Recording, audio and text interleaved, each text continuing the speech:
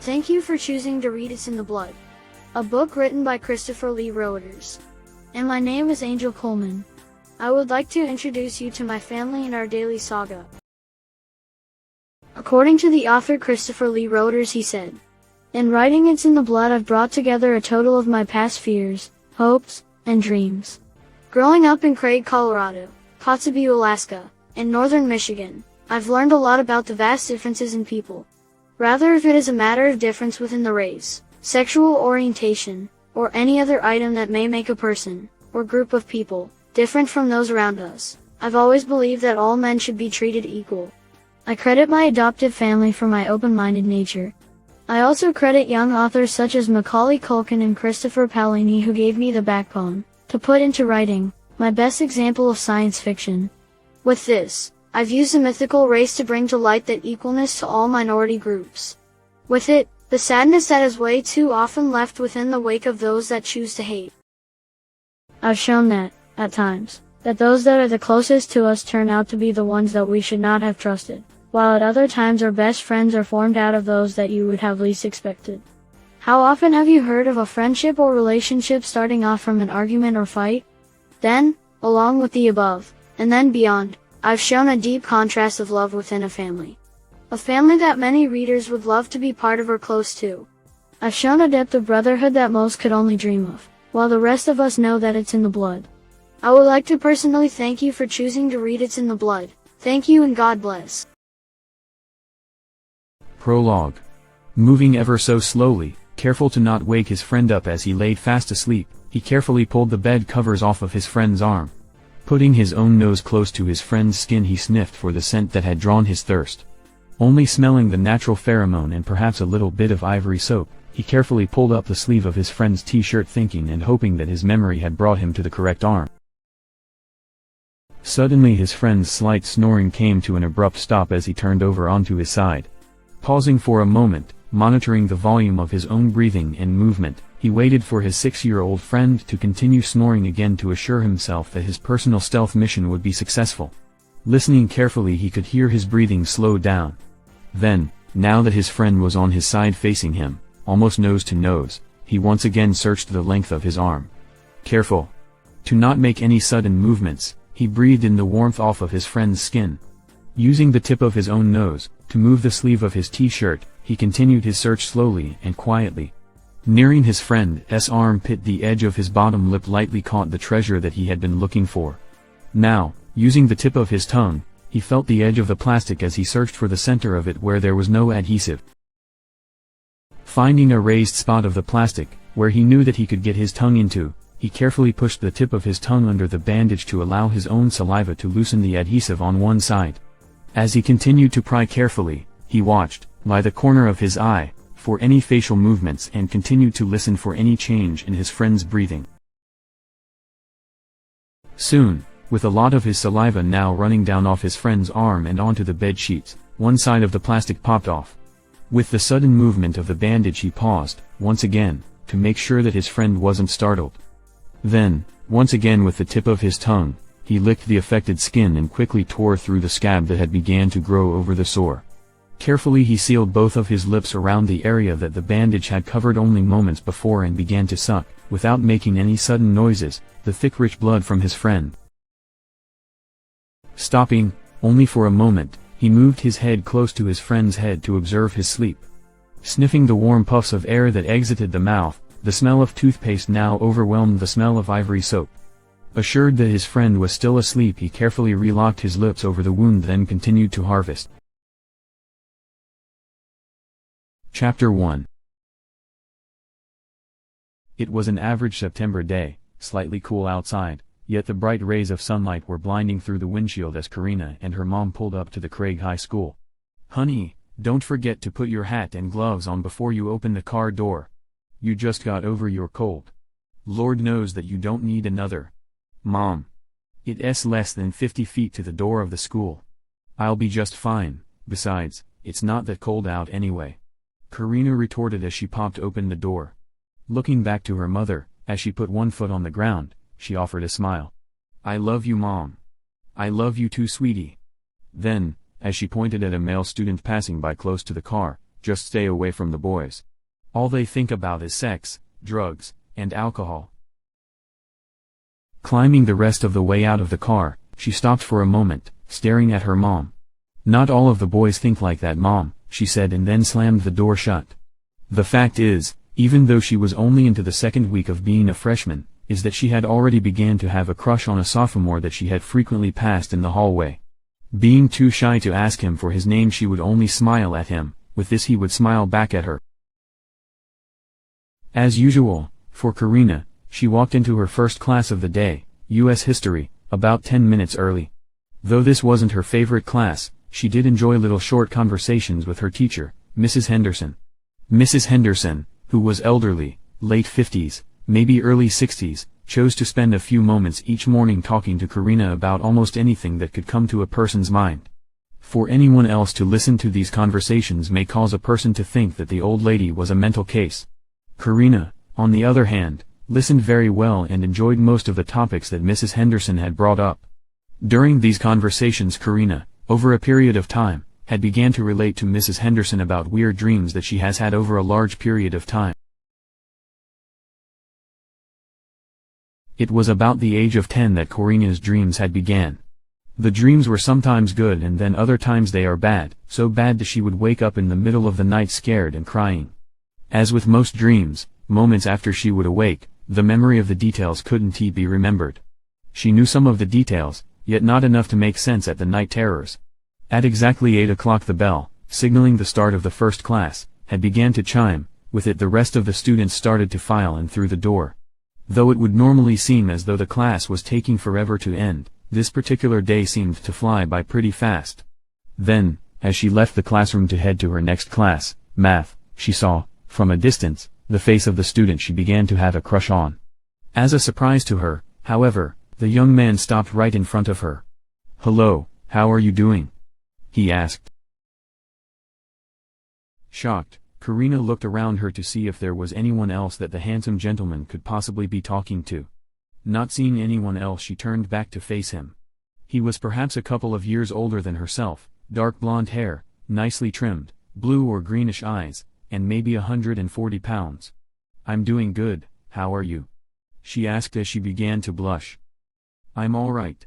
What's your name?" he asked as he began to smile ear to ear at the sight of her blushing. "My name is Karina." As she said this, a long-time bad habit of hers seemed to take over.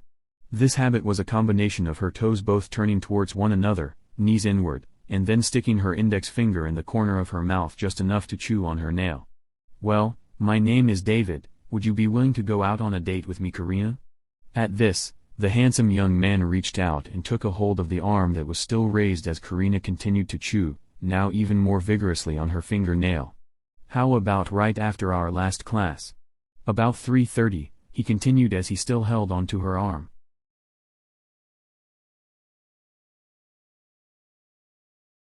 "Yeah." Karina started while still in shock. 3:30 would be great. Lowering her arm, she offered David a handshake. Taking her hand up in his own, he shook it. 3:30 it is. I'll see you in just a couple of hours, okay? "That would be great, thank you," she said, and then, once again, put her finger back into her mouth as he began to walk away. The entire episode of formally meeting David had caused Karina to feel like she was in shock. This wasn't the first time that she had been asked out on a date, however, this was the first time that she had been asked since she had began to get the thought of wanting a family of her own. She had even gone as far as wanting, and wishing, that she had, at least 2 kids. She had always thought about her own childhood and had decided that she would want at least 2 children so that they would have each other for playmates on rainy days. She personally had grown up as a single child and had long decided that she couldn't wish that upon her worst enemy. It seemed, to Karina, that the last 2 hours of the day had felt as long as the first 6. It had also seemed to her that she had never seen the hands on the clock move so slow as they did just prior to the class ending at 3:15. Then, as she walked out the front door of the school, she found David waiting for her.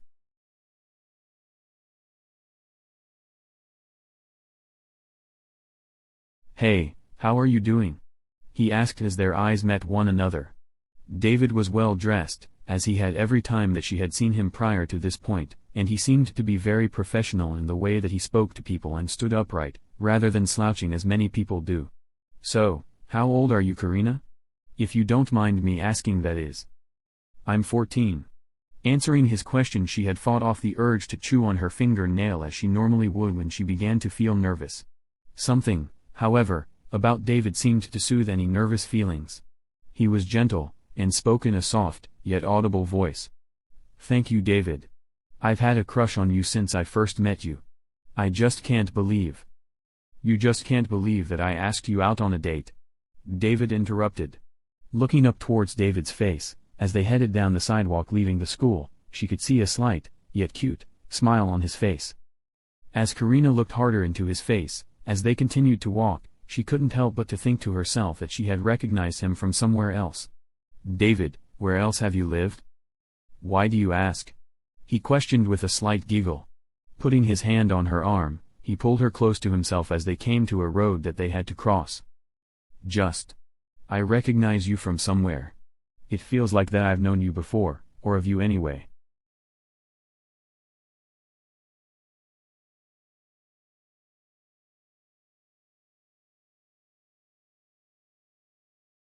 "Well, I've lived most of my life in Colorado Springs, just south of Denver on the other side of the state," he responded with a smile that he seemed to keep as he gazed at her. The walk that they had taken was nearly 2 miles long, yet with the combination of excitement and conversation it seemed that they had reached the restaurant pretty quickly.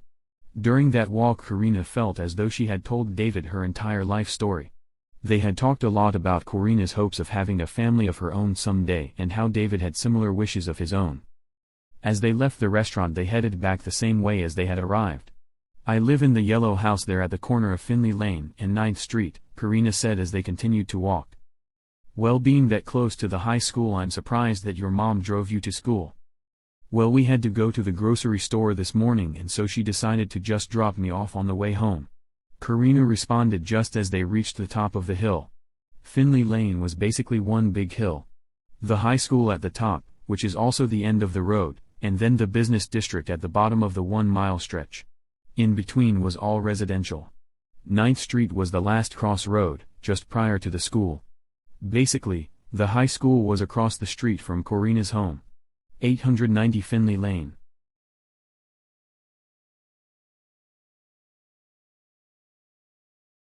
"Well, just in case you would like to know, I live in Ridgeview on Exmoor Place, at the end of the road. The last house on the left."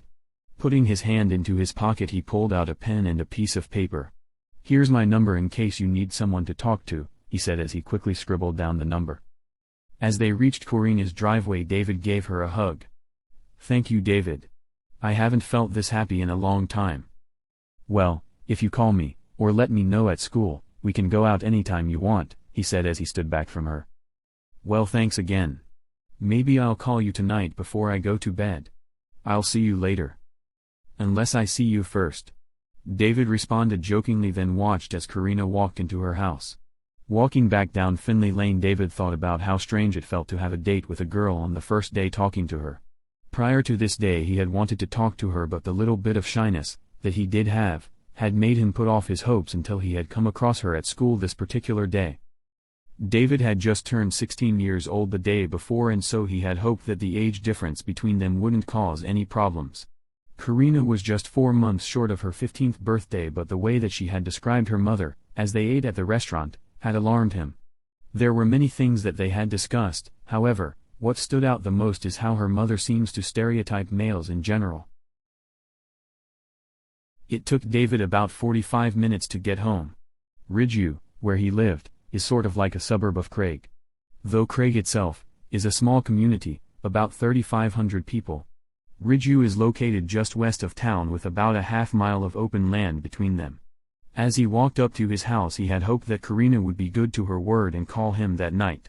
This was the first time that he had thought for sure that he had found the girl of his dreams. That night, after calling David, as she said she would, Karina fell asleep fairly quickly. Normally she would toss and turn each night as she struggled to fall asleep.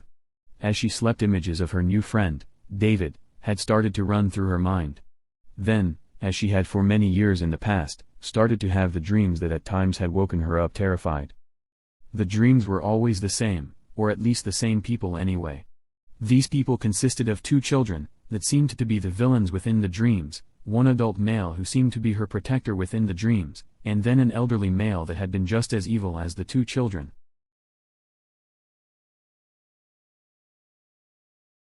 Through her conversations with Mrs. Henderson at school about these dreams, she had remembered the faces, or images.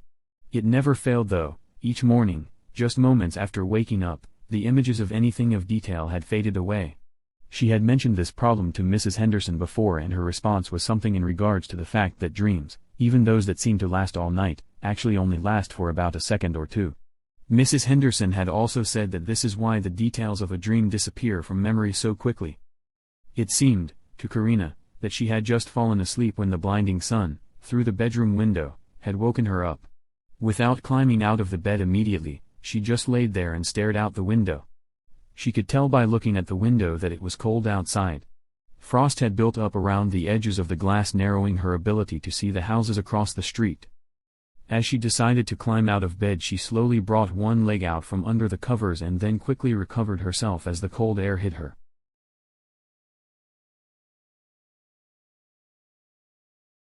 "Karina!"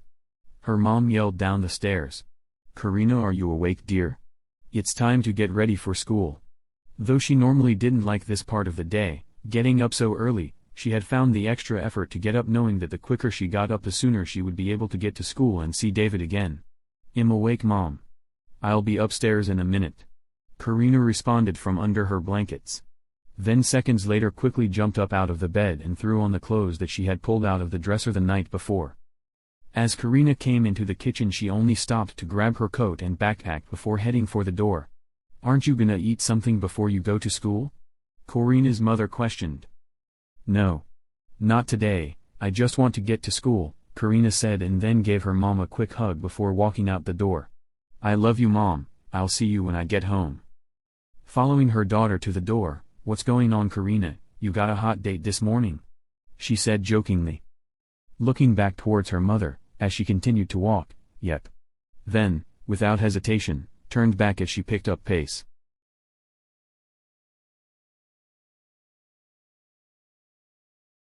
As she continued to stand with the door open, she put her hand to her forehead, as she watched Karina walk over the top of the hill to the high school.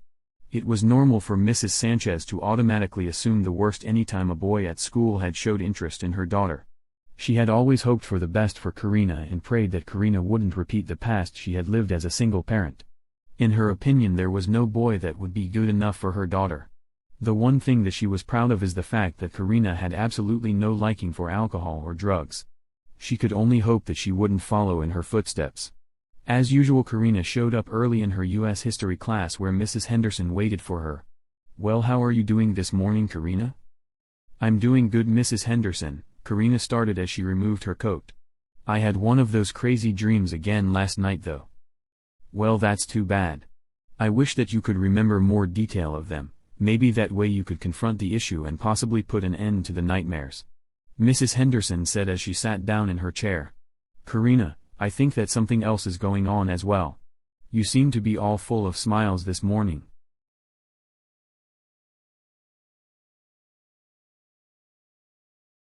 Clasping her hands together, she looked at her teacher. "I've got a boyfriend, Mrs. Henderson." "Well, that's good for you, honey. What's his name?"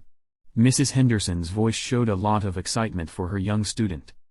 "David DeClue," Karina answered as she seemed to daze out towards the window. "That sophomore that looks so handsome and dresses like he's worth $1 million, she asked as a smile came over her face. "Yep. He took me out on a date yesterday right after school. We ate at the restaurant in the mini mall next door to the Safeway grocery store," she said in a real quiet tone, as if she didn't want anyone else to hear. "Well, I'm proud of you, honey. You just make sure that you don't get yourself into any trouble. You hear me?" "I hear you. I can't imagine any trouble, however. He even walked me home after we ate." Putting both of her hands over her mouth, she continued. "Mrs. Henderson, I've had a crush on him since I first got to high school. Evidently he has had a crush on me too. Like I said, I'm proud of you, Karina. Just make sure that you take your time and not move too quickly. It would be hard to finish school with a child for extra responsibility," the older woman said as she stood up. Then, just as the teacher stood, the bell rang for the first class of the day to start. With the ring of the bell came all of the students as they had waited out in the hall. As lunchtime rolled around, Karina met David in the hallway, outside of the cafeteria. "Hi Karina, how are you doing?" he asked in a cheerful voice. "I'm doing good. Seems like the morning has goes by slowly, waiting to see you." "Well, it felt slow to me also. Hey, would you like to go out to that restaurant again today after school?"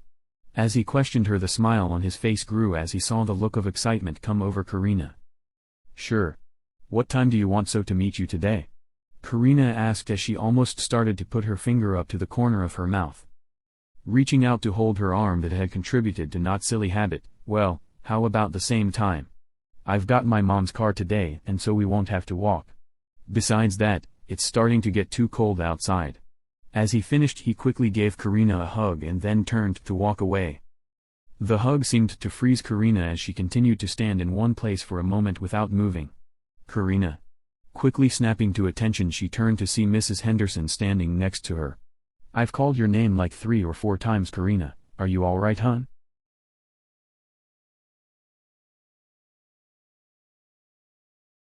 "Yeah. I'm doing great. David just asked me out on another date at the restaurant again." "Ooh. Sounds good. Just remember what I told you earlier. Take things slow. You don't want to make any bad choices at this young age that you'll regret later," Mrs. Henderson said, then disappeared into the crowd of students down the hall. The day, once again, seemed to finish off slowly as Karina had waited for school to get out for the day. Then, as she walked out of the building at 3:30, David was, once again, waiting for her in the car. Walking up to the passenger's side door of the car, David reached over to unlock the door. "Hey you. How are you doing?" he asked as they opened the door. "I'm doing good," she responded, and then sat down and closed the door behind herself. The day crept by slowly again. But finally here we are. "Yeah, I'll know what you mean," David said as he put the car into drive, then began to move. "At least today we have a warm vehicle rather than walking." As the day went on, Karina and David had learned more about each other than the day before. Within just a couple of weeks, Karina had introduced David to her mother, and then Karina had met David's family as well.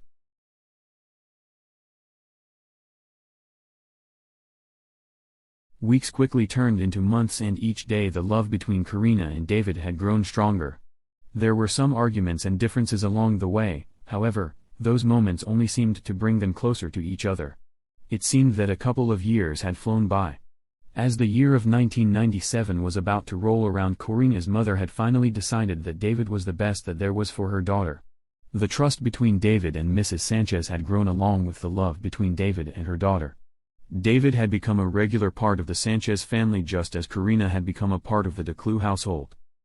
Over this period of time, one thing that didn't change, or become better, is the nightmares that Karina continued to have. There was slight change. The change was similar to that of a camera being out of focus. The images that she had seen before, 2 children and 2 adults, had become more defined, and she could remember certain details much better. Between the 2 adult males, one elderly and then the other about her own age. The one that was about her own age was white, as the other had a darker complexion. The 2 children weren't exactly white, perhaps a mix. Between the 2 children and the elderly man, most of Karina's fears and night terrors rooted from those 3, as the white man had made her feel safe. Even with all of this, she still couldn't remember any detail of the faces.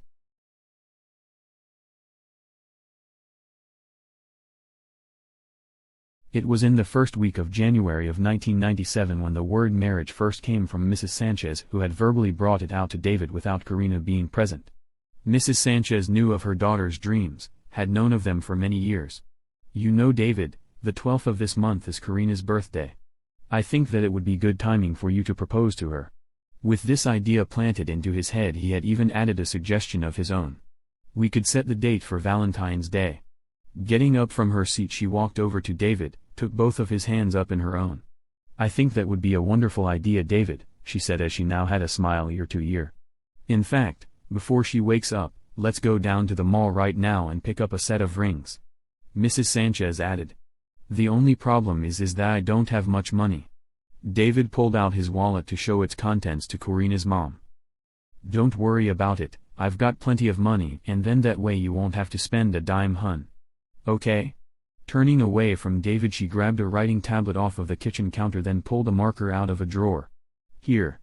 We'll leave a note on the table just in case she wakes up before we get home. Mrs. Sanchez. I can't tell you how much I appreciate this. Corina's the first girl that I have ever loved. And now, it feels like that all of my dreams are coming true.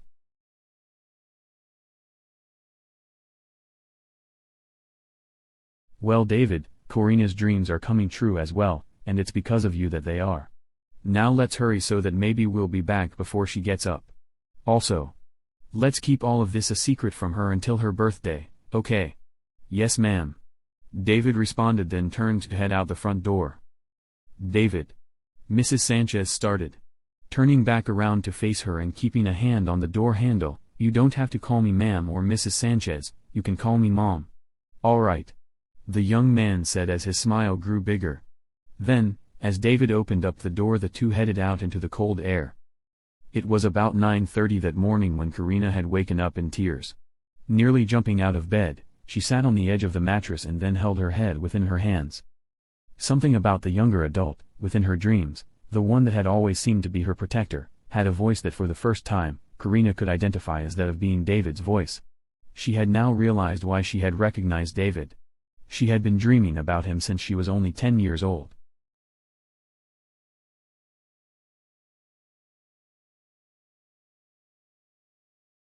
For Corina, this revelation was a good thing. Yet, at the same time, she knew that it could have been just her imagination, hopes, or a combination of the two in making David her protector within her dreams. Yet at the same time, as she thought about it more, she honestly felt that the image of the protector within her dreams was always David all along. After all, this would be a good reason for her to have recognized David all along. Either way, this was only a dream, and so Corina, as she got out of her bed, had decided that she would keep this information to herself. She only wished, now, that she could put a face on the two children and the elderly man within the dreams. Walking out of her bedroom, she went into the kitchen to get herself a drink of water. After filling a glass, she noticed that her mom left a note on the table. Honey, David came over this morning while you were asleep. We've gone to the store, we'll be right back. Love, Mom. As she put the writing tablet down, she heard the front door open. Corina, are you up yet? Her mom yelled. Yeah, Mom, I'm in the kitchen.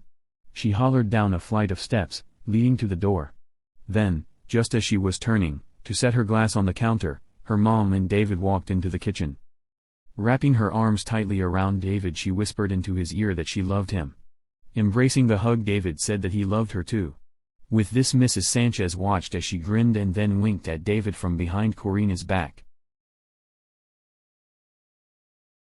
About a week later, the day before Corina's 19th birthday and the prearranged proposal to Corina from David, Mrs. Sanchez and David had finally gotten all of the details worked out among themselves of exactly how the proposal would take place. The largest part of the plan had been patched out together by David and his parents. These details included the date and place of the wedding, February 14th, Valentine's Day, at a local church that was just kitty corner from Corina's home, and the wedding dress and tuxedo for Corina and David. Mrs. Sanchez had already paid for the rings, of which together cost just under $3,000, and had planned to take care of and host the reception at her own home.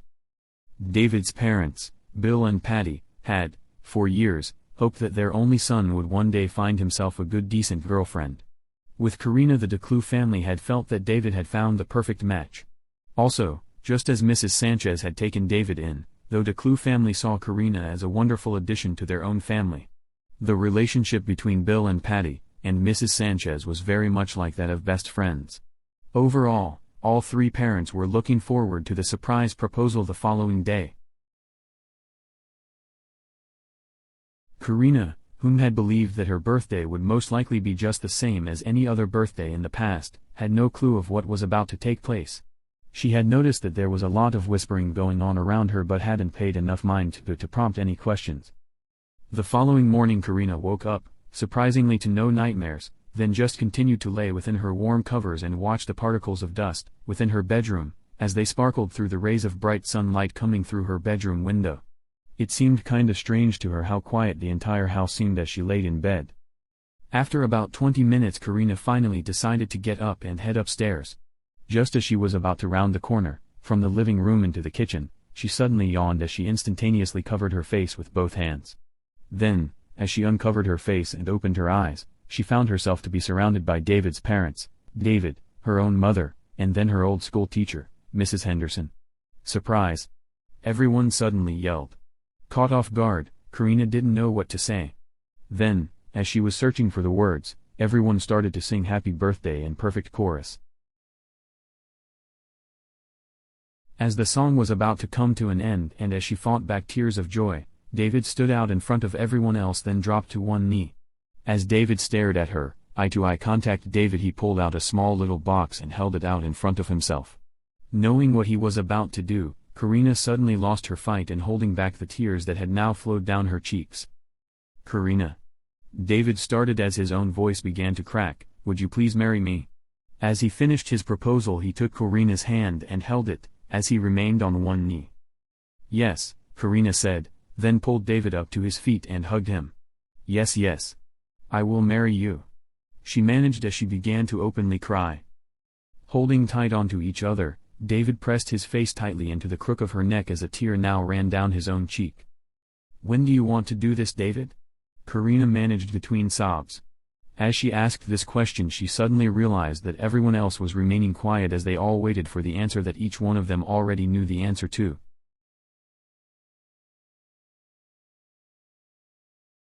February 14th, on Valentine's Day. He answered as another tear now rolled down his face. Later that evening, after David's family and Mrs. Henderson had all left, David took Karina out to dinner at the restaurant that they had eaten at when they first met 5 years previously. As they sat down waiting on their food, they talked about how it seemed that 5 years had flown by. They also spoke about the proposal that David had made earlier that day and how both of their families together had taken part in making this day a reality. Throughout the meal, Karina kept staring at the ring that was on her finger and running the name Karina Deklu through her mind. She loved the thought of sharing David's name with him. What she loved more, however, is knowing that she would have David in her life for eternity. As Karina went to bed that night, she found herself to be too full of excitement and energy to easily fall asleep. Then, after about 3 hours, she suddenly found herself to be looking into the eyes of two children that have haunted her for almost 10 years of her life. With her dreams, Karina had reached the point of knowing, within her dreams, that it was only a dream. Yet this knowledge didn't dampen her fears. Karina, however, did learn that some of the evilness that she feared in the children and the other elderly adult male, may not be as evil as she thought. Karina had decided, over time, that the evilness was based on not knowing the intentions of the characters within her dream.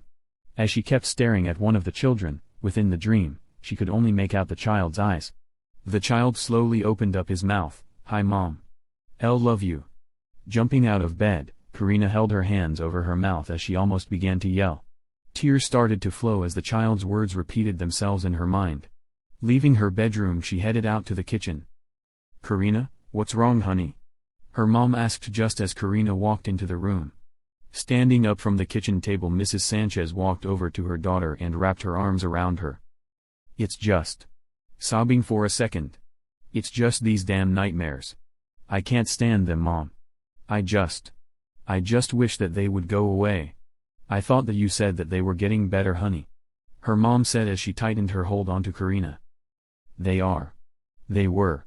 It's just that new things are coming up within the dreams that scare me." Like what, Karina? Loosening her grip, she pulled back from Karina so that she would be making eye-to-eye contact with her. "Well, you know that I've told you about how there was 2 children and 2 adults, right?" "Yes, I remember you saying that." "Well, a while back I found that the adult, the one that protects me, is actually David.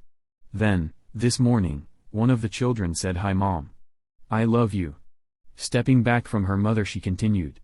"What is the strangest thing, Mom, is that the adult that I know is David is the same person when I first started having these dreams 9 years ago. Mom. I've only known David, in person, for the last 4 years. In fact, I told David, when we went out for the first time, that I recognized him from somewhere. Mom. These kids, In my dreams have always been evil characters. What's it mean when one of the kids calls me mom? I don't know, honey. I really wish that I had the answers for you. If it makes you feel better though, you should make a point to always talk to me about them each morning that you have the dreams. Okay. Alright. Thank you, Mom. At this, Mrs. Sanchez left the kitchen as Karina poured herself a cup of coffee that her mom had just made. Karina had chosen to keep the graphic details of her dreams away from David. The reason being is that she didn't want to cause alarm to him. She loved him so much that she didn't want him worrying about little things. Over time, without letting their son know, Bill and Patty DeClue had purchased a wedding dress and a tuxedo for the upcoming wedding. Patty had gone through a long process to have a custom-made dress done for Karina. The process was hard because she wanted the dress designed in secret, which meant that she had to dig out little answers at a time from Karina in regards to her sizes, favorite colors, preferences and length and so on and so forth without Karina knowing that the constant questions were for the custom-made dress. Soon, however, the dress was finally finished and within her own hands just a day before February 1st. Bill had gone through a long process of taking care of the arrangements with the church, making invitations to friends and family, and making sure that everyone was aware that the reception would be at Mrs. Sanchez's home, kitty corner from the church, 890 Finley Lane. David and Karina, the two that were to be married, only had one mission, and that was each other. David was working full-time as a clerk at the city hall, downtown, while Karina basically just stayed at home waiting for each possible chance to see her soon-to-be husband. Karina had known that she needed to find work also, however the employment that she preferred was law enforcement. She had gone through the process of placing applications into the Craig Police Department and the Moffat County Sheriff's Department but hadn't received any response as to this point. As the date for their marriage got closer, Karina spent more and more time daydreaming about her old hopes of having a family of her own with at least 2 children. Along with this thought, she couldn't help but to think about the nightmare that she just recently had, or at least the new revelation within the nightmare, that is. Each time that the thought came to her mind, she shrugged it off as if it was a fly that had landed on her. At times the nightmare seemed to disrupt all thought process. Hi Mom. I love you. No. Damn it. At this, Karina got up and decided that it was time to take a walk. Karina, are you alright, honey? Mrs. Sanchez had been shuffling through the newspaper in the kitchen when Karina shouted out. The sudden outburst made her spill her coffee over a large part of the classifieds. Yeah Mom, I'm gonna go take a walk for a while. Okay? Karina said as she put her coat on. Alright honey. Don't forget your hat and gloves, she continued as she wiped up her mess. Okay Karina? I know Mom. As she walked out the door, the cold brisk air instantly hit her face, causing her to pause for a moment before proceeding. Then she stepped off of the porch and walked down Finley Lane. Beyond being one big hill, Finley Lane was actually 2 roads. Each one was a one-way road. One side, the west side of the median, was downhill towards the main crossroad 1 to 40. The other side, the east side, went up and towards the high school. As Karina continued to walk, she thought about whether she should talk to David about the details of her nightmares. She had already decided not to before, yet she couldn't help but wonder if David should know. By rights anyway. The reason that she had decided to not tell him is that she didn't want him to worry over something that was only a dream. After about 20 minutes worth of walking, Karina decided to turn back towards home. With this decision, she had also decided that she would not bring these issues with the nightmares to David. He already knew that she has problems with night terrors and, for now anyhow, that's all he needed to know. On her way home, she thought about her and David's wedding that was now only about 3 weeks away. She thought about all the people that would be there to watch and help enjoy what would be the best day of her life. Karina also thought about when she had first met David back in high school. Memories that seemed like just yesterday. In reality, 5 years. The next couple of weeks went by fairly quickly for both the Sanchez family and the DeClue family. For David and Karina, however, it had seemed that time had come to a complete stop. Then the following week. The morning of February 14th started out slow. The entire DeClue family, various family members, from out of state, of the Sanchez family, friends of the two family, and then, of course, David and Karina and their immediate families, had all gathered at the church. Away from everyone else, Karina and David, as they two were separated from each other, prepared for the wedding. Karina was presented, for the first time, the wedding dress that was paid for by the Declue family. David was being fit into the tuxedo, and then, without Karina or David knowing, Mrs. Sanchez and Mr. and Mrs. Declue were getting something together, outside of the church, as a surprise after the wedding. Within the chapel at least about 100 invited family and guests were all getting settled down into the church pews. Among these people Karina's old U.S. history teacher, Mrs. Henderson, was also waiting for the big moment to see one of her favorite students start the path to her dreams that were slowly coming true. Then, as the church organ began to play the wedding song, silence fell over the entire chapel as heads all turned to see the bride and groom make their way down the aisle. For about an hour and a half many tears of joy flowed down the faces of many of the people present. Then, as Mr. and Mrs. David Declue walked out the doors of the church, with birdseeds being thrown at them from all directions, they found themselves looking at a vehicle that was wrapped in wrapping paper, with a big bow on it, and Karina's mother holding out a set of car keys for David. "Congratulations guys," Mrs. Sanchez announced. David and Karina both stood and stared at the gift without even unwrapping it. Then, first removing the big ribbon, they, together, ripped all of the paper off. With bright white paint they found themselves to be the proud owners of a brand new 1997 Mercury Sable. In large print the words "Just Married" was painted on the rear window. Looking at Karina's mother, they thanked her and then she handed them the keys. "I love you guys," Mrs. Sanchez said in a joyful voice as they climbed inside. "Now you guys be sure to be at the house within the next half hour," the older women added. Before David and Karina closed the door, Mrs. Declue ran up to the car and gave her new daughter-in-law a hug. Then, quickly moving to the other side of the car, gave her son a hug as well. "I love you guys too. Hurry back now. We'll be at Karina's mom's house." "We love you too, Mom," David said. Then started the motor that was so quiet that you could barely tell that it was running. "Well, husband, where do you want to go?" Karina enjoyed the new title for David. The word husband had a ring to it that was the first step to her dreams coming true. "Well, I don't know, wife," David said back jokingly. "How about we go somewhere for dinner before we head back to the reception, okay?" "Well, I think that we should go to our favorite little restaurant at the mini mall. That's where we went on our first date." Karina couldn't help but to gaze at her husband. She felt as though they had just started to see each other for the first time. "Actually, what would you think about the Holiday Inn for a quick dinner and then we'll pay for a room for us to come back to tonight?" David wiggled his eyebrows at Karina at his suggestive hint. "That sounds real good. Maybe for a couple nights?" Karina pressed. "Sounds good to me, let's do it," David answered and then, carefully, bent towards Karina to give her a hug. Just as he was about to let go of her she slipped in a kiss on the lobe of his ear. Though the Holiday Inn was the most expensive place in Craig for a motel room, Karina and David had decided that a temporary place of their own for the night would be worth the money. Located just west of town, on the south side of I-40, the Holiday Inn would also be the quietest motel in the area as well. As they got out of their car at the restaurant they went in and found that there was hardly anyone there. "May I help you folks?" a woman's voice asked from behind them. "Yes. We would like to pay for a room for 2 nights and we would like to eat right now as well," David said as he held his arms around Karina's waist. The clerk, or Sandy, according to the name tag, began to type away at the computer in front of her. "All right sir, the room will be number 51 on the 2nd floor, and that will be $65.50. There is a $1 deposit on your key, that is included. This also includes full access to the swimming pool and 2 free meals. Will that be everything for you folks?" The clerk finished with a big smile. "Yes ma'am, that will be it," David answered. "Sir," the clerk called out just as Karina and David began to walk away. "Yes," David answered as he turned back around. "I was just wondering.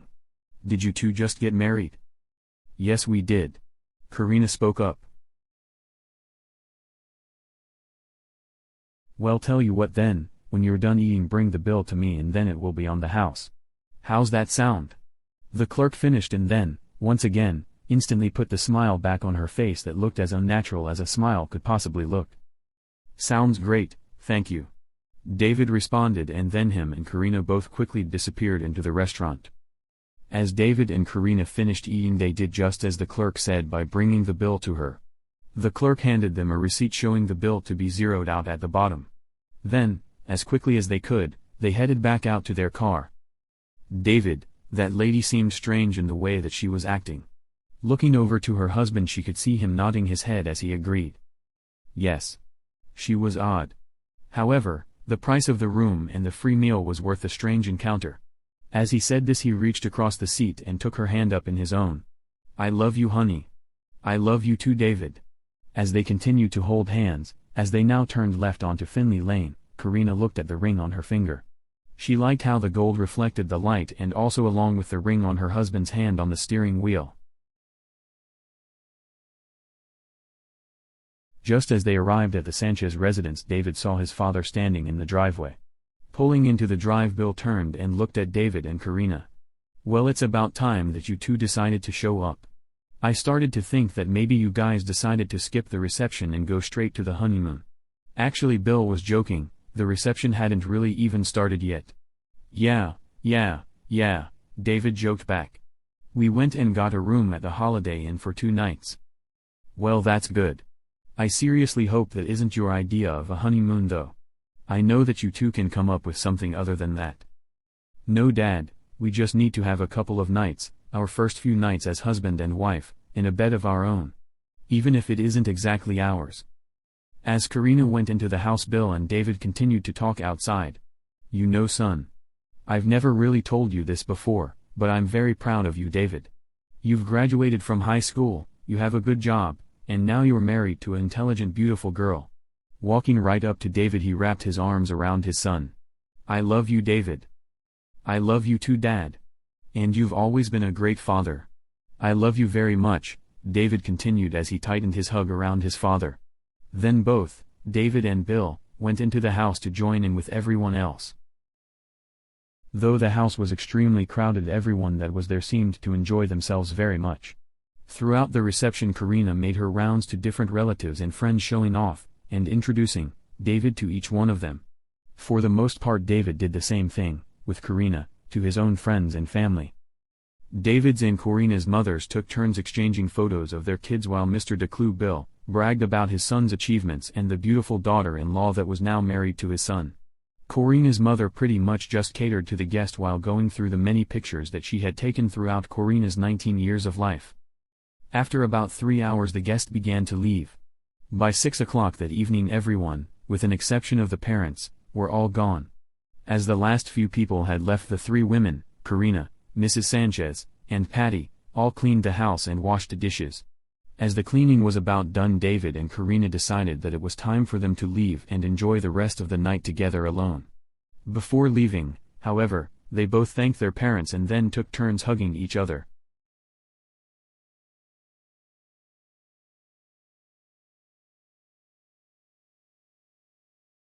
After about 6 months, David and Karina had managed to find an apartment together, and Karina had finally gotten a job position at the Craig Police Department. The apartment that they had found was at the Ridgeview Apartments in the little suburb outside of Craig. It was a 2-bedroom apartment, of which cost more than the 1-bedroom, however, they were willing to pay the difference for a guest room or for possibly a nursery if Karina were to become pregnant. Karina's job as a police officer had started out fairly smooth. Most of her training was on-the-job training, but then there were some classes that she had to travel south to Grand Junction for. These classes would last for a couple days, or sometimes 1 day, at a time, and then she would be back home with David. Most of Karina's work hours and David's work hours worked out perfect together in a way that they had both gotten home about 20 minutes apart from one another, and so they were able to spend most of their time together. David's parents, Bill and Patty, and Karina's mother all stayed in close contact with their children and then often invited them over for dinner. For all 3 of the parents, life was suddenly too quiet without their children still under their roof. To compensate, they were in constant contact by phone or visiting. All in short timing Karina's and David's work schedules, the constant visiting from their parents, and Karina's out-of-town classes all became normal life.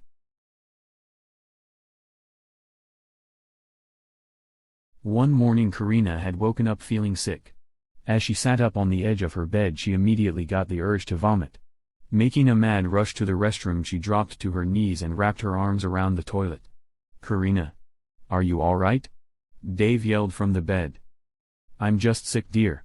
Cut off mid-sentence she suddenly vomited again, and then again. For a moment her entire upper body seemed to be in convulsion as she could no longer hold back, nor pace the vomiting. Jumping up out of bed David came into the bathroom then knelt down beside his wife. With his right arm over her back he used his left hand to hold her hair out of Karina's face so that she wouldn't wind up with the smelly mess within her fresh perm. "It's gonna be alright honey, I'm right here," David assured her. Moments later the awful convulsions suddenly stopped on their own. For a moment, without getting up off of the floor at first, Karina tilted her head and rested it on Dave's shoulder. "I'm sorry for waking you up, David." "Karina. It's alright.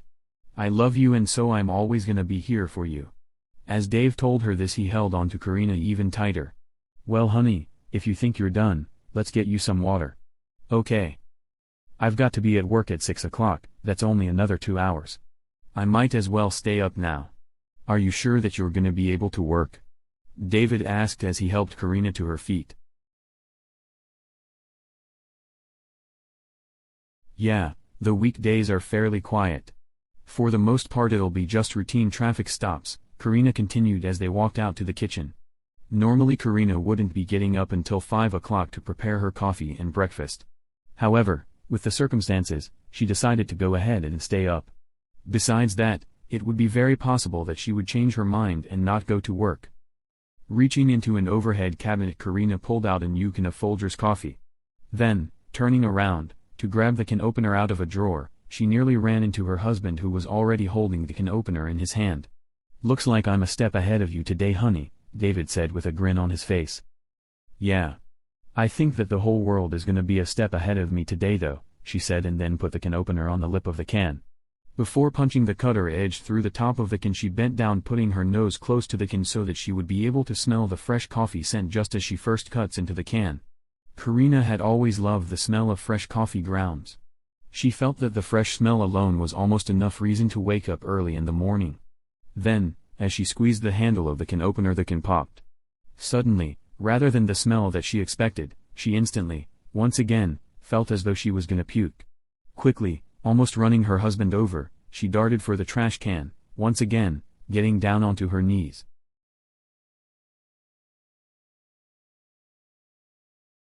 "Okay honey. I'm gonna call in sick for you. Then, we're gonna go back to bed, and then, together, we will see a doctor today," David said as he picked up the cordless phone. "Now, what is that? 555-8111. "Yes dear," Karina said as she began to carry the trash can over to a chair so that she could sit. "Tell them for me that I'll let them know today, after we see a doctor, what's going on. Alright?" "Yes, my love, I'll do that for you," David responded and then dialed the number. At about 9 o'clock David quietly got out of bed and called the hospital. When he was finished with the phone call he had a time and a doctor's name of which they would see. After walking back into the bedroom, David woke his wife up. "Honey, I've just made an appointment for you with Dr. Redding at 1 o'clock this afternoon." "Great. Thank you honey," Karina said as she continued to lay there and stare into the eyes of her husband. "I love you so much sweetie." "I love you too honey," he responded and then rested his head next to hers. "We've got a few hours yet. We can either sleep or we can." Cutting her husband off mid-sentence. "I don't think that sex is going to make me stop vomiting right now hun." "Well, who knows, it might make you feel better." With a grin he only pressed the issue jokingly. Then, he rolled over to his side and rested his arm over Karina's waist. "I love you. I wish you felt better." "Thank you for getting an appointment made. I can't really afford to lose much work. Also, I have another training session this Saturday. You should almost be done with the training, shouldn't you?" he questioned. "I think that I have either 3 or 4 sessions left in Grand Junction and then I have 1 session in Denver in about 2 months. That will be the end of all of the training." With that David and Karina both fell back to sleep. It was about 12 o'clock when Karina had wakened, Then, reaching over to David, she lightly rubbed his back until he woke up. "Dave. It's 12 o'clock now. It's time to get ready." "All right. Tie the tow strap to my ankle and let me know when we're there," David joked. "Yeah, right. We'll probably get pulled over." With this she sat up and slapped David on the butt. "Come on now, honey." It was about 12:45 when David and Karina pulled up to the Memorial Hospital. Since Karina had woken up earlier, she had felt that she was just fine. She almost didn't even want to go through with the appointment. However, she knew that she would have to have a doctor's excuse for missing work. David, on the other hand, was able to pretty much miss work at any time for any excuse. He did, however, call and let his employer know that he had to take Karina to a doctor's appointment. David didn't really miss much work, however, it was nice knowing that he could if he wanted or needed to. After the doctor had taken some blood from Karina, he left the room, then came back about 15 minutes later. He came in and sat on a stool that was in the corner of the examination room. "Well, I have some good news. I hope it's good news anyway." The doctor started, then paused. "When was your last menstrual cycle, Mrs. Declue?" "About 7 weeks." she answered. With this question, David made a funny face at the doctor as Karina looked at David. "Well, you're pregnant, Mrs. Declue," the doctor continued before getting back up to his feet. Then, offering his hand to David for a shake. "Congratulations, Mr. Declue." After shaking Dave's hand, he looked back to Karina. "Now you are about a month into your pregnancy, Mrs. Declue, and so you need to avoid any alcohol and, of course, any tobacco products as well." During the rest of the appointment, David's mind was cluttered with every aspect that someone could possibly think of involving news of your first child being on the way. Karina was also in shock, as now another step of her dreams coming true was just presented to her. As they got out of the doctor's appointment, David and Karina both headed for Karina's mother's house to spread the news of the pregnancy. "I can't believe it, David." "What do you mean?" David asked with a puzzled look on his face. "That we're about to have a child. We're gonna have a family before much longer. I just can't believe that our dreams are about to come true."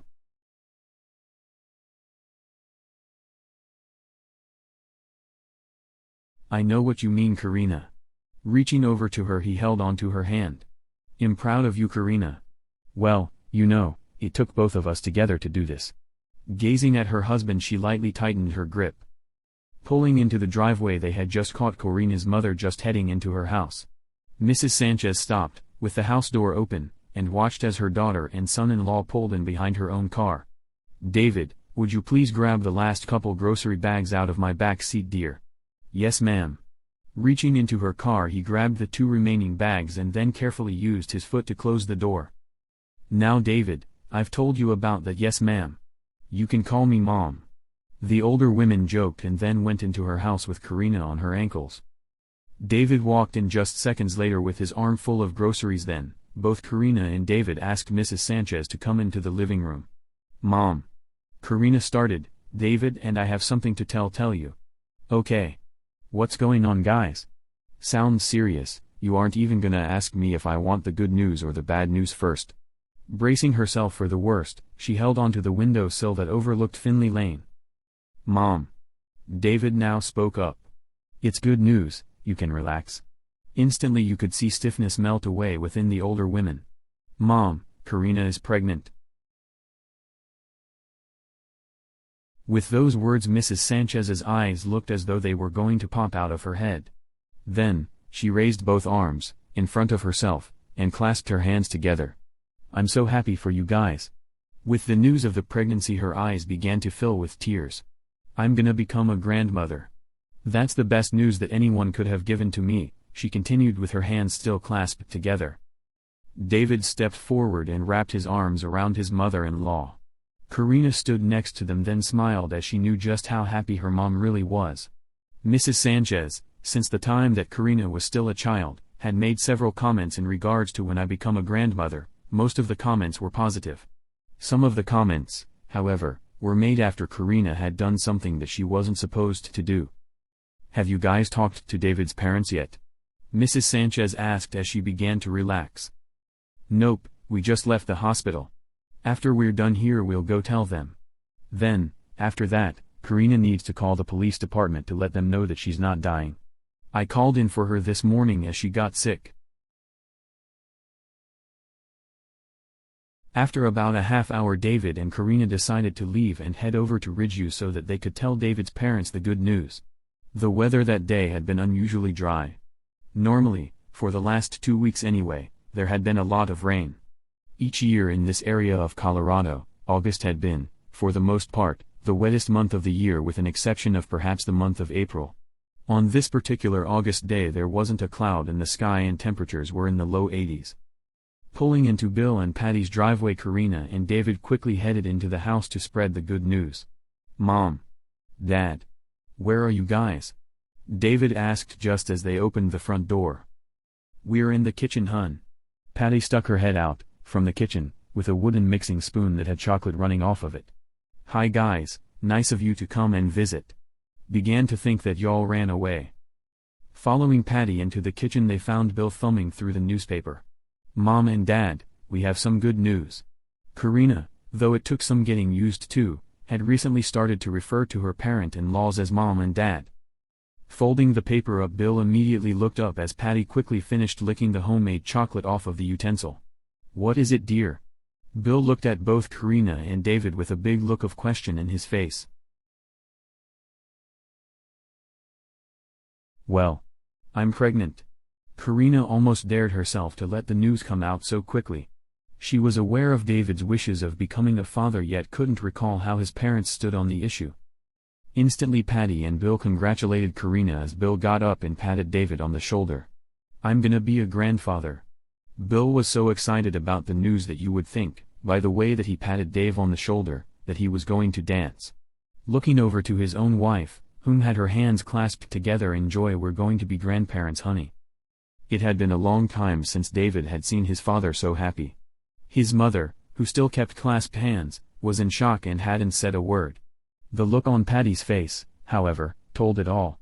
After about 3 or 4 minutes, David's mother relaxed and gave both Karina and her son a hug, congratulating them. "I'm very happy. I'm going to be a grandma." About an hour later, David and Karina decided to head home. It was only less than a mile to their apartment and Karina had already started to ramble off ideas of possible names. "How about David Jr.? "No." David snapped immediately. "I don't think that we need any confusion in our home." Pausing for a moment, "How about Malachi, or something like that? An unusual name."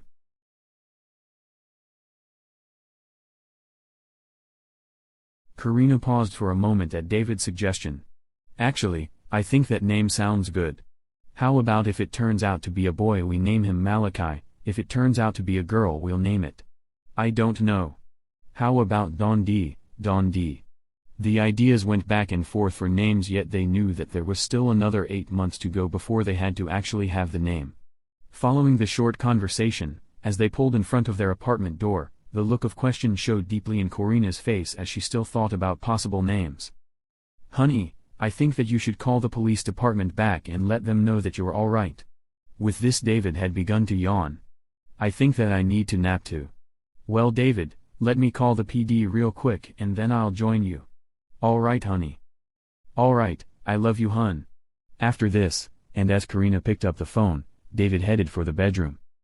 All in due time, it was well understood to the police department that Karina was pregnant, and so it was prearranged of when she would be taking maternity leave from the department. From the perspective of David and Karina, it seemed that Christmas of 1997 had come around quick. The DeClue and Sanchez family, together, had put a combined effort into making sure that David and Karina were both set on a good head start on diapers, baby toys, formula, and many other items that a young child would need. Just prior to Thanksgiving, Karina's doctor, Dr. Redding, had predetermined, through an ultrasound, that the unborn child was a boy. With this, the list of names that Karina and David had tossed back and forth was narrowed down to just one name, Malachi Allenda, Clue. "Honey, have you ever seen a Christmas tree with that many presents under it before?" Looking at his wife by the corner of his eye, he almost chuckled as he answered. "No. With an exception of the Christmas programs on television anyway." Turning his head towards Karina, as they cuddled together on the couch, In all my years of growing up I haven't seen a Christmas tree half this full of presents, and I had gotten almost everything that I had ever wanted. Me either. While talking to her husband, as she laid on her side next to him, she rubbed her belly that had gotten so big that it was hard for her to move around. To make the situation worse is that she still had another 5 months left to her due date. I think that it's time for us to go to bed, honey.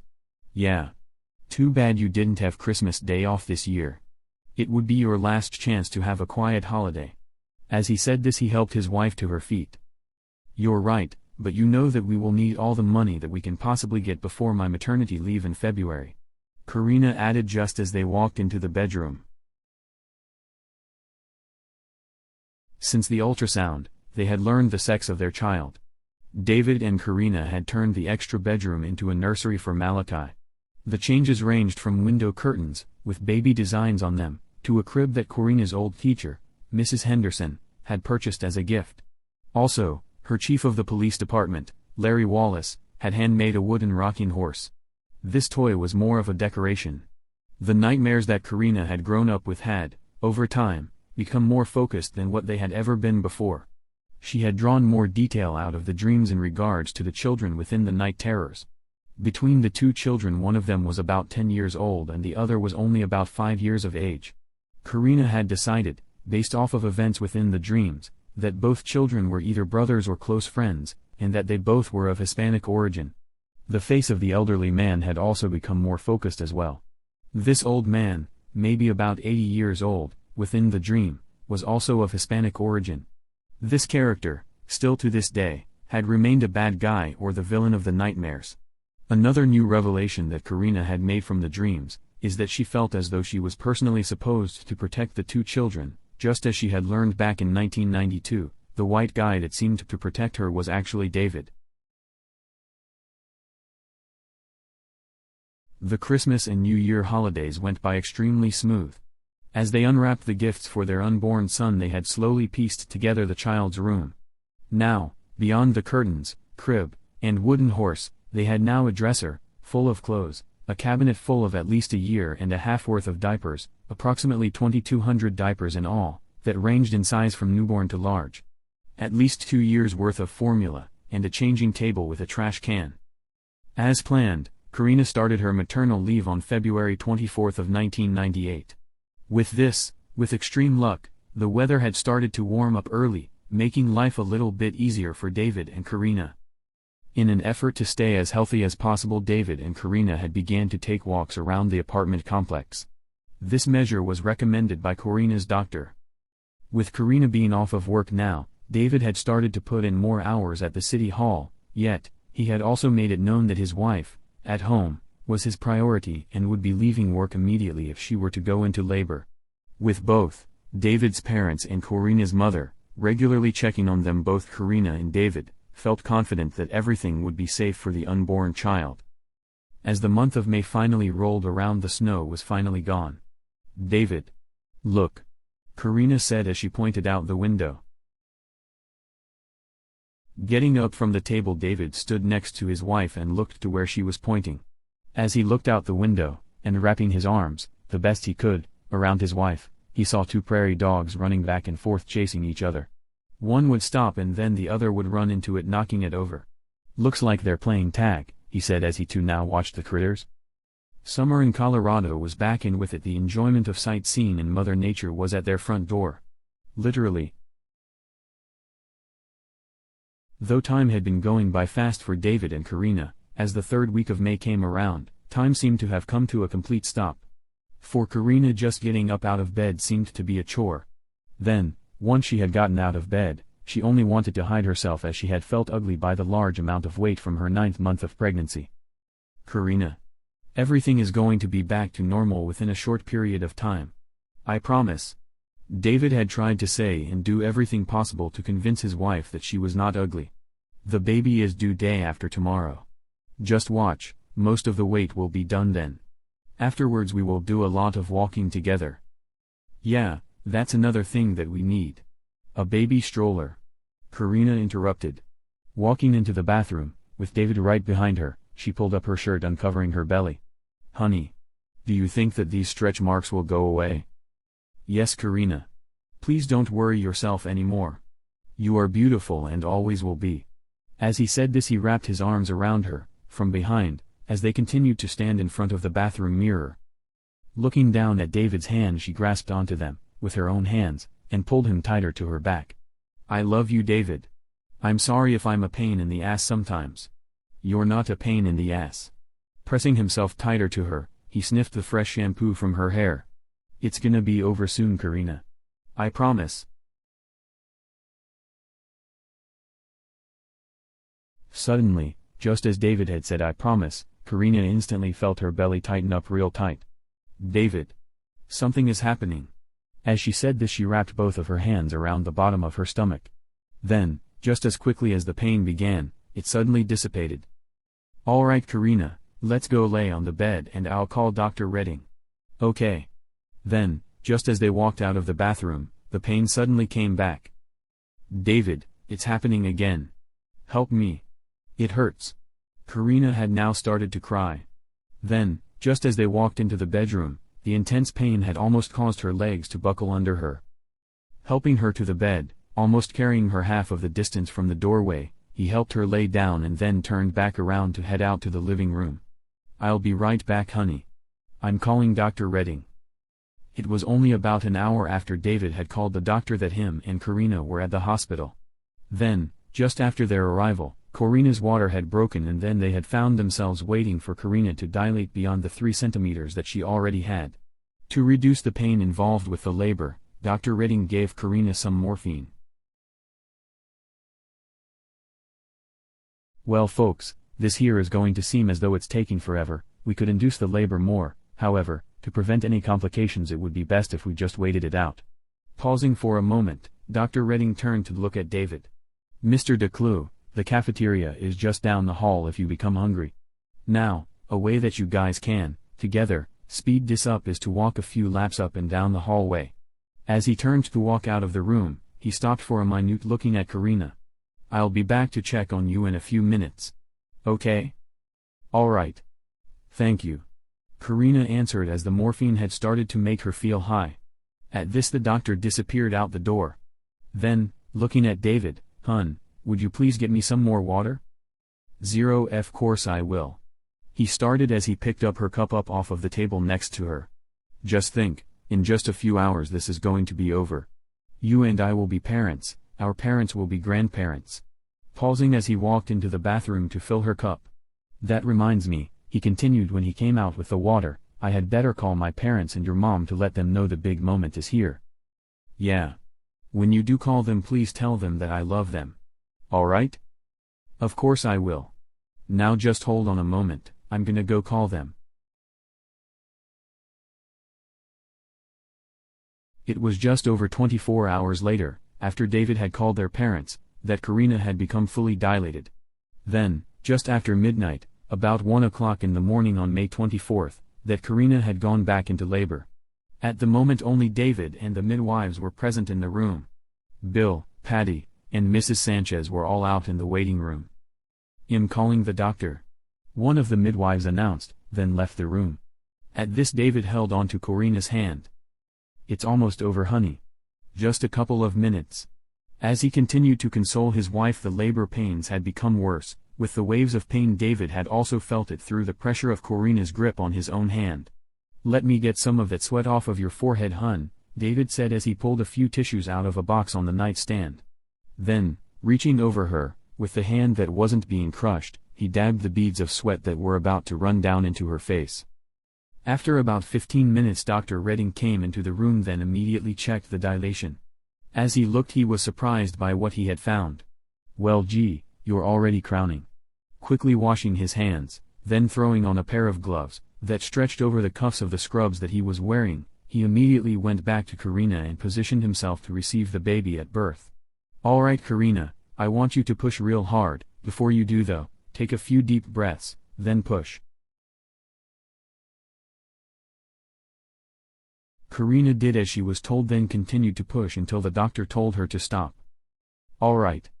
You're good. Now, once again, take 2 deep breaths and then push as hard as you can. Holding and squeezing David's hand, as hard as she could, she began to push again. Along with the pushing, Karina had started to cry from the pain of the labor. Along with the pain, David had began to think that he might be hurting, just as much, as the tips of his fingers were turning purple. He's coming. Then with one more small push, here he is.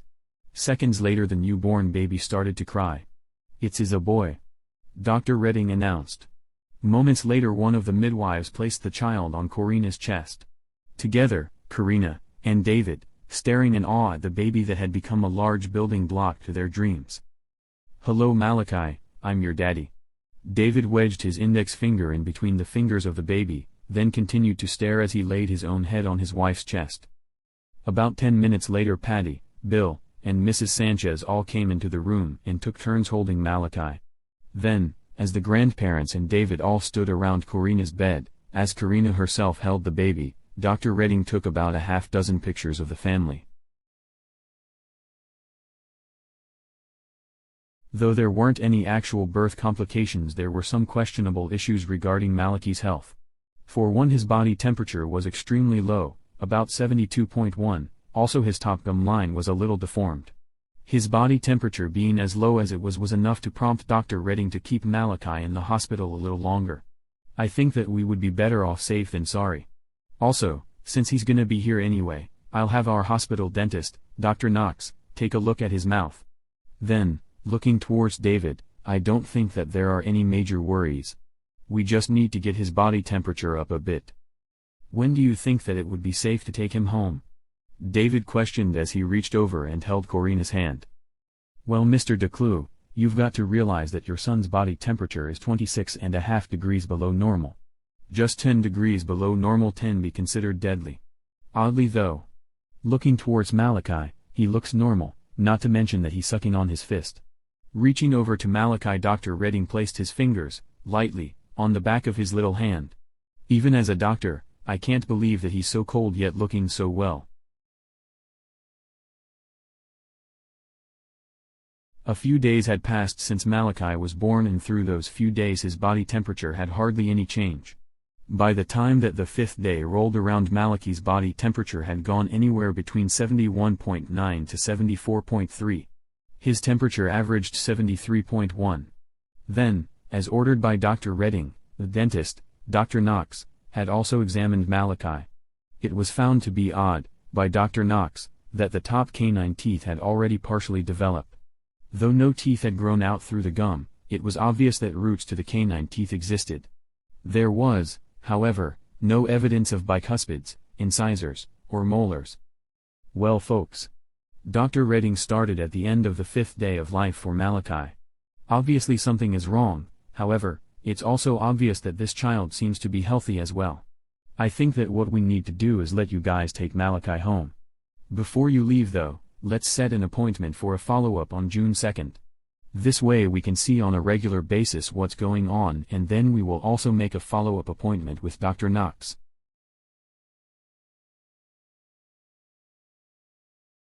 Karina and David, along with their own parents, had all wanted the best of health for Malachi. The problem, however, and Dr. Redding seemed to agree, is that every other aspect involving the child was perfectly fine. Just the same as any other newborn, Malachi gummed on his knuckles, looked around at large objects around him, he slept a lot, and of course, went through a lot of diapers. So, we can take him home, right? David questioned just as Dr. Redding was getting up to leave.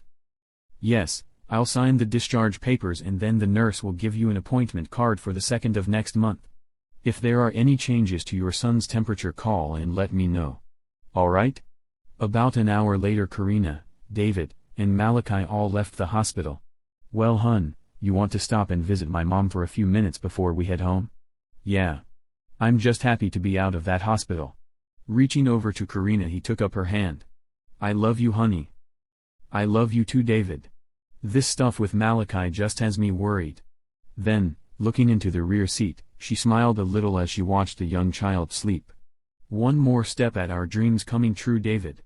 I'm so happy. Me too. Hey, isn't that your mom? David said as he pointed to a Dodge Neon in front of them. Coincidentally, the car that they were following had their right side turning signal on as they were about to turn onto Finley Lane.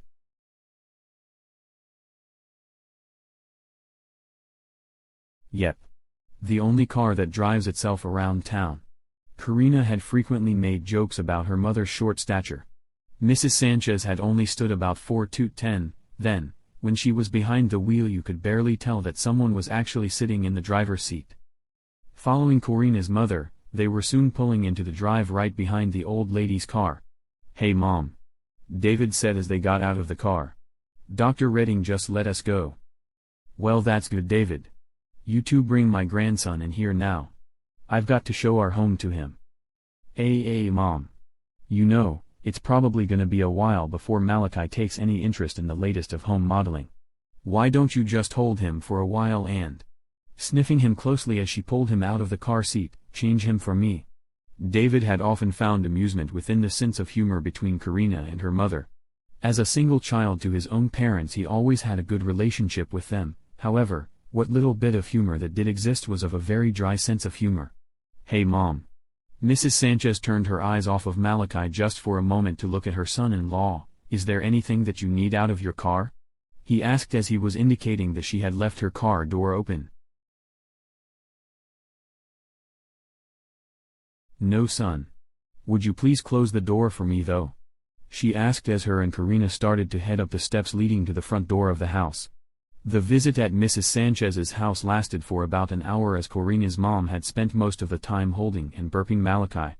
Then, as they left, David and Karina decided to head to David's parents' house. It was always normal, today not being an exception, for David's mother to always be cooking something or about to cook something for snacks. More often than not, whatever it is that she was making involved some sort of chocolate. As Karina held open the door, as David now was carrying their child, the aroma of chocolate poured out the front door. "Hi guys. Patty, the kids are here," Bill yelled into the kitchen. "Come on into the kitchen guys," he continued. "Hello there little fellow." Looking at his grandson, Malachi had made a funny look on his face as David and Karina proceeded into the kitchen. "Hi guys. I was afraid that they were not going to let you guys out of the hospital." As Patty finished rinsing out a bowl, she dried off her hands then picked Malachi up out of David's arms. "Did Dr. Redding find out what was wrong with Malachi?" "No." David looked at his dad at his question. For some reason Malachi's body temperature is about 26 degrees cooler than what it should be. Over the 5 days in the hospital, Dr. Redding is stumped on exactly what the cause is. He did some tests on Malachi but everything came back alright. Also there is some deformity to Malachi's upper gum line. The dentist, Dr. Knox, said that Malachi already had partial development to his canine teeth, or at least there are some roots. "Well, that's weird," Patty spoke up. "It normally isn't until about a year that a baby gets their first teeth in." "Believe me. I'm confused too, and so are the doctors," David responded. "Dr. Redding has set an appointment for us on June 2nd. As David continued to talk to his mom, Karina walked over to the kitchen table where there were a lot of mixed photos laid out. Some of the photos were some of those that had come from Karina's house during the time of hers and David's wedding reception. "What are you working on with all of these pictures?" Karina asked. "Oh, I'm trying to put a photo album together that shows both sides of Malachi's family. That way he will have a head start on an album for himself when he's older."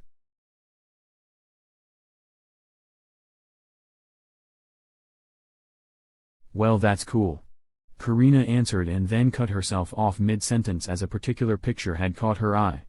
The picture was old, very old, so old that she could barely make out the year 1817 handwritten at the bottom. The edges of the picture looked as though it had survived a house fire as they were different shades of tan and brown. The picture was of a child standing next to a tall old man. Within the photo, she suddenly placed her other hand over her face, then, accidentally dropped the picture as she began to cry and shake. "What's wrong, Karina?" David asked immediately. Mrs. DeClue's attention had been on her grandson and didn't notice the reaction that Karina had to a picture that she had just looked at. Trying to take a deep breath to speak legibly through her tears, she bent forward and picked the picture up off of the floor. "Who is this guy in this picture?" She barely had managed to get the question out of her mouth without her voice cracking. "I'm not sure." Patty started to answer. "Oh, that's a picture that I got from your mom, honey." Karina looked at the picture closer. "I don't even recognize this picture. But I do recognize the old man." "Now honey, that would be impossible. That old guy has been dead for over 100 years. Patty had only known what Mrs. Sanchez had told her about the picture. One thing specifically that stuck out, however, is who the old man was and how long ago that he had died. Do you know who it is? Karina had wiped her face dry of the tears that had still collected. His name is Miguel Sanchez. He is your great-grandfather. The little boy in the picture is your grandfather, Arnofonso Sanchez. What's wrong, Karina? Dave interrupted with a big look of concern on his face. With the question he also walked up next to his wife, placing his arm around her. Remember my nightmares? Yeah. This is the old man in my nightmares that has always been the bad guy. Now that's weird, Patty said as she now also stood next to David and Karina as she too took a better look at the picture. I take it that your mom has never spoken of him to you? No, the only memories that I have of him are those within my dreams. I think that you need to talk to your mom about him. Go ahead and take the picture with you so that your mom will know who you're talking about. Patty had a look of shock on her face. She had, in the past, been filled in about the night terrors that Karina had grown up with. After about 2 hours worth of visiting Patty and Bill, David and Karina decided to head home. The revelation that Karina had made about the old man had both disturbed her and yet also raised her curiosity. Miguel Sanchez. I wonder why my mom has never mentioned him to me before. Family secret? Actually, David was joking. However, it did seem strange to him that this old family picture had been under Karina's roof for so many years and she hadn't seen it until now. Maybe your mom knew something bad about him and didn't want to stress you out on the issue. Well, either way, just as your mom said, I'm gonna find out. Then, just as they pulled up to the apartment, I'm gonna call my mom as soon as we get Malachi laid down to bed. Well, how about I put him to bed and you call her right now? Alright? Thank you, honey. And I'm sorry for all of the confusion. I love you, Karina. When I married you I accepted you for everything about who you are. There is no confusion, David continued as he unbuckled Malachi out of the child seat. Hello. Mrs. Sanchez was just laying down to take a nap when the phone rang. Hi, Mom. I have an important question in regards to a picture that you gave to Patty.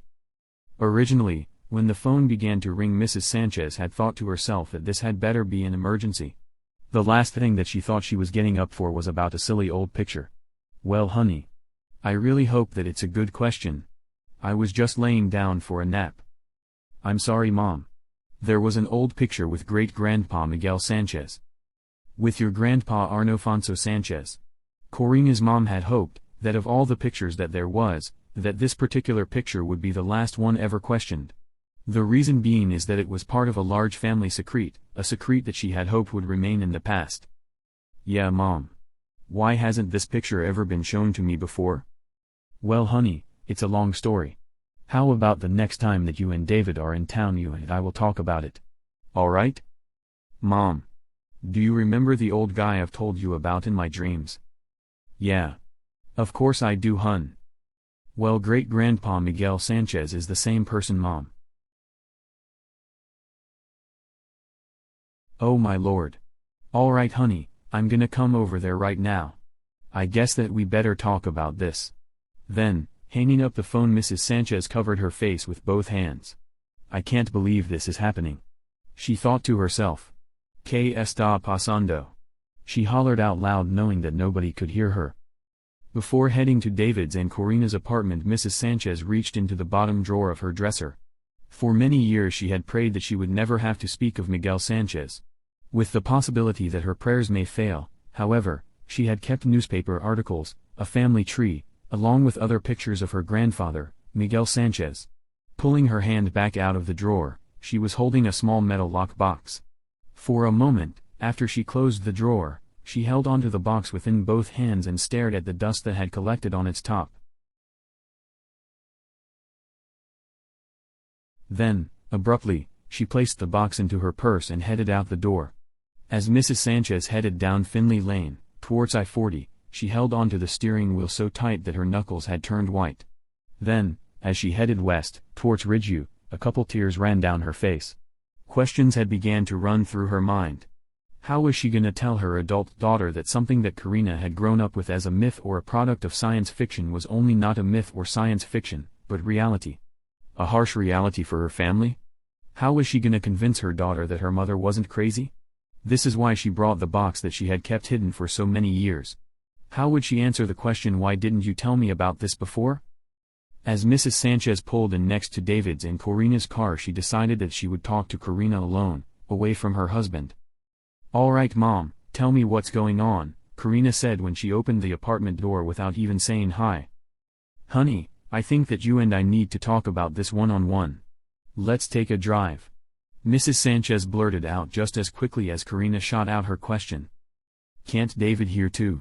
"Well, of course, but I think that it would be best if you found your own words to fill him in on what I need to talk to you about." "Hi, Mom," David said as he quietly stepped out of bedroom. "What's going on?" "David, I have something very important that I need to talk to Karina about." "Yes, you do have the right to hear about it too, but I think that it would be best if I spoke to her one-on-one about it and then she can speak to you about it in her own words." "Okay? Well, all right.